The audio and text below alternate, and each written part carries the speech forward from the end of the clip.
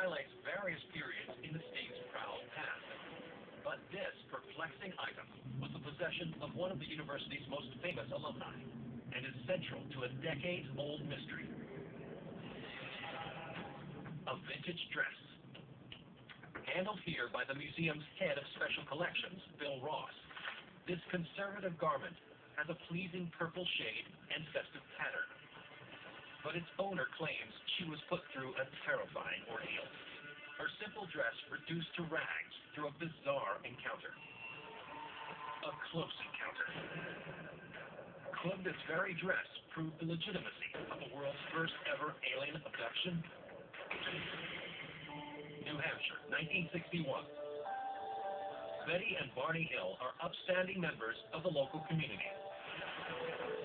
Betty is a social worker, a ball of fire with a big personality. Barney is the quiet one and makes his living as a postal worker. You have a typical couple, the people down the street. But little do they know, their peaceful world is about to come crashing down around them.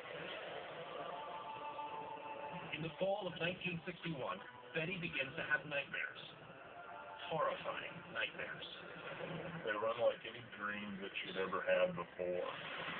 Night after night, Betty is plagued by fragmented thoughts of darkness, pain, and kidnapping. Betty is clearly describing the dreams that she's having. In a recorded interview, Betty states that the dream started a few days after a mysterious incident. Betty and Barney were coming back from the vacation, middle of the night, nobody on the road, and they stopped this place. It was heart-shaped, moving fast, and flashing.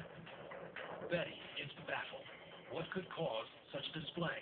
It's getting closer, it's coming over their car. Then Betty comes to a startling realization. The light is following them.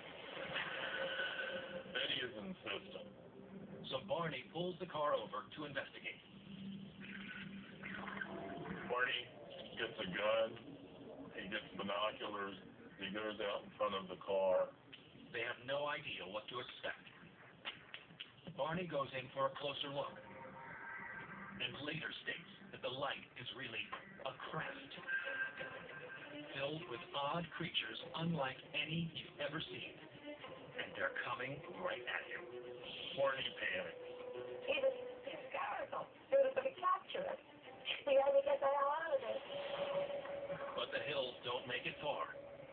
All of a sudden, it was this beep, beep, beep, beep, beep, beep, beep. No, listen, Barney said, "What's that?" They start tingling all over. They black out. A few hours later, the Hills come to, but they say they have no idea where they are. Betty and Barney are 35 miles further down the road, and they have no recollection of how they got there. And Betty's dress is torn and stained, leaving several puzzling rips along the hem, inside lining, and even in the durable zipper fabric. What had happened during this missing time, and who or what tore Betty's dress?